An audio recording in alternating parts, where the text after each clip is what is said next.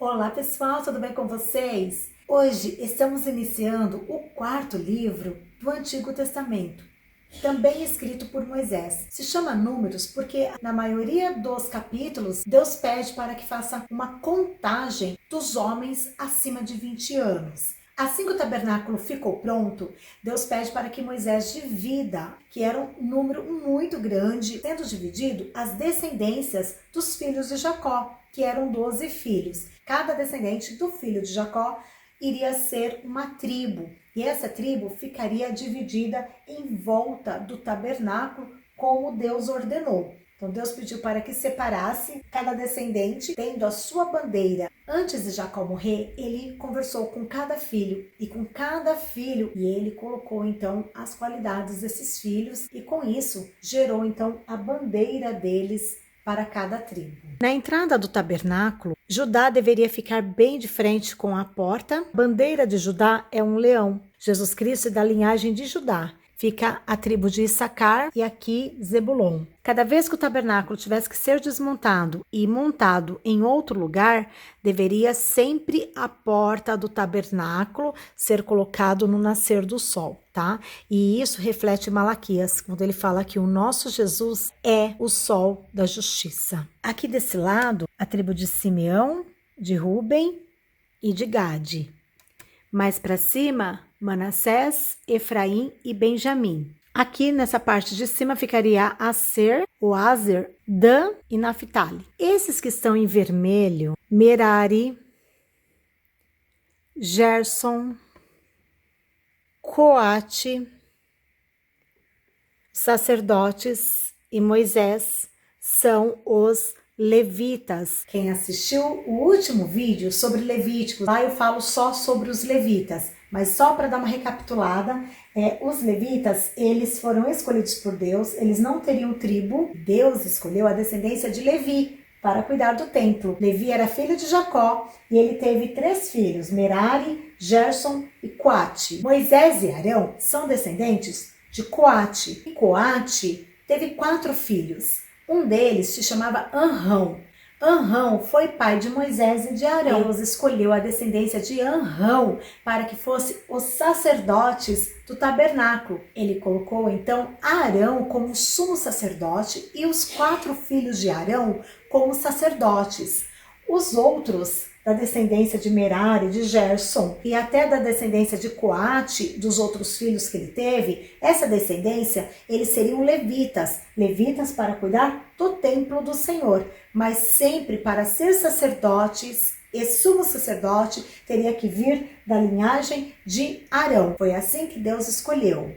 O tabernáculo foi inaugurado, foi uma bênção. Deus desceu com a sua glória no tabernáculo e todos puderam sentir ali a presença do Senhor bem pertinho deles. Mas aconteceu que Corá ou Coré, dependendo da tradução, Corá também era um levita. Ele era parente de Arão e de Moisés. Também vinha da descendência de Coate, mas de um outro filho de Coate, não de Anrão. Anrão era Moisés e Arão. Por ter vindo da linhagem de Coate, ele achou injusto só Arão e os seus filhos serem sacerdote. Ele começou a fazer contenda dentro das tribos. Ele achou que não foi Deus que escolheu Arão. Ele achava que era coisa de Moisés, que quis beneficiar o irmão. E Corá reuniu 250 homens e foram falar com Moisés. E ele ficou muito nervoso. Ele falou: Moisés, o tabernáculo é santo. Tudo é do Senhor. Por que só Arão somos sacerdotes? Por que só seus filhos são os sacerdotes? Um dos filhos de Arão se chamava Eleazar. E Deus colocou Eleazar como o chefe de todos os levitas. E ficou com mais raiva ainda, porque ele se sentiu diminuído diante dessa escolha.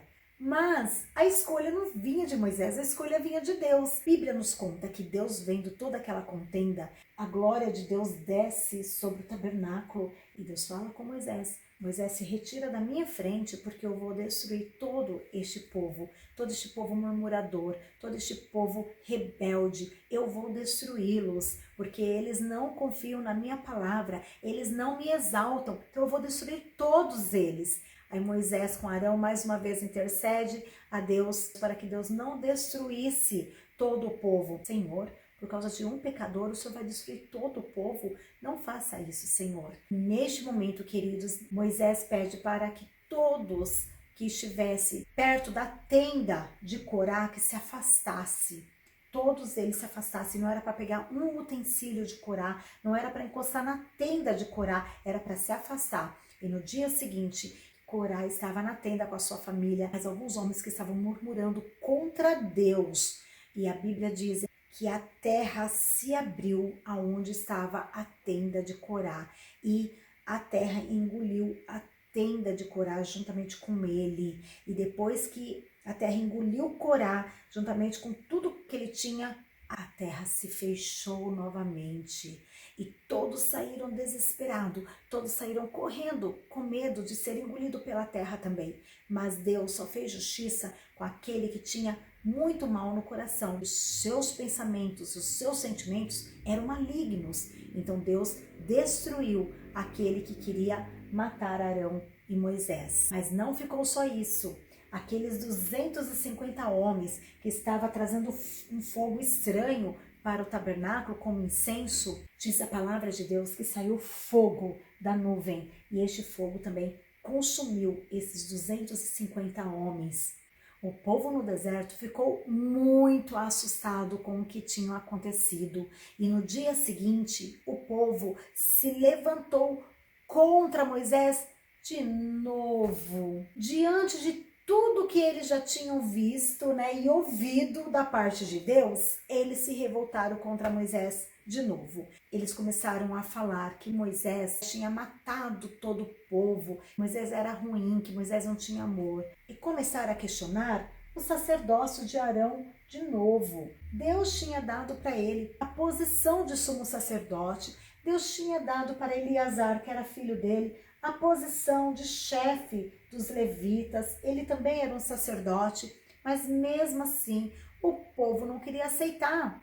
Um povo assim cheio de mimimi, sabe? Um povo cheio de mimimi. Então, no povo lá do Egito, tinha esse povo que era mimizento e Deus não gostava disso.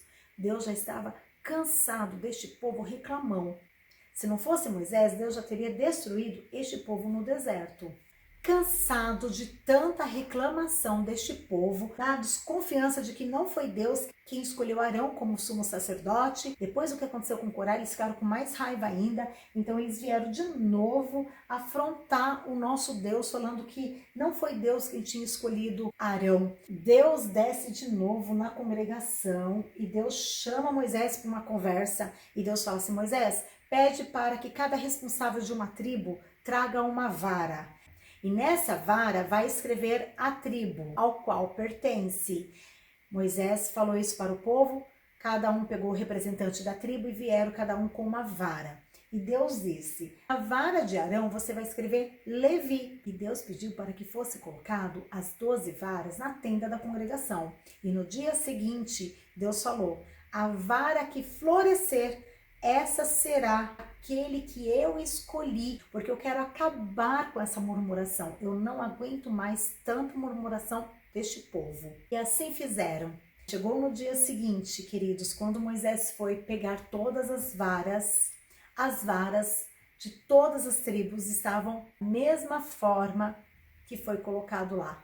Mas a vara de Arão, essa floresceu. Moisés mostrou para todo o povo a vara de Arão, e além de flores também tinha brotos de amêndoas, quase não vista ali no deserto. O povo se assustou, temeram a Deus, mas a ira de Deus se acendeu contra estes homens que tinham um coração maligno, um coração do mal, e que só estavam ali para fazer contendas, que eles não queriam realmente união, eles queriam contender. E Deus lança uma praga nestes homens, que morreram mais de 14.700 homens com essa praga, fora os que morreram no dia em que Corá se levantou contra Moisés e Arão. Vejam bem, meus queridos, Deus prometeu uma terra que mana leite e mel para este povo, mas como eu disse, este povo estava em processo de aprendizado. Mas eles não passavam no teste. Sempre lhes deixava o coração maligno, um coração perverso, falar mais alto. Não brinque com Deus. A palavra do Senhor diz que de Deus não se zomba, e aquilo que a gente semear, a gente vai colher. Então, se tem alguma coisinha ruim no seu coração, alguma maldade, um espírito de vingança, se você ficando feliz quando alguém se machuca, saiba, queridos, que esse é o caminho de Corá, mas que nós possamos seguir o caminho dos retos, nós possamos buscar o caminho da retidão, da santidade, sermos separados. Nós pecamos, sim, eu também peco, mas todos os dias Deus nos dá a oportunidade de nos arrepender, de pedirmos perdão a Deus. Então, essa é a oportunidade, agora é a oportunidade de nós reconhecermos os nossos erros, pedir perdão para Deus e o sangue de Jesus Cristo. O nosso Jesus, que morreu e ressuscitou, que está à direita do Pai intercedendo por nós, como nós vimos no livro de Levíticos, Jesus é o nosso mediador.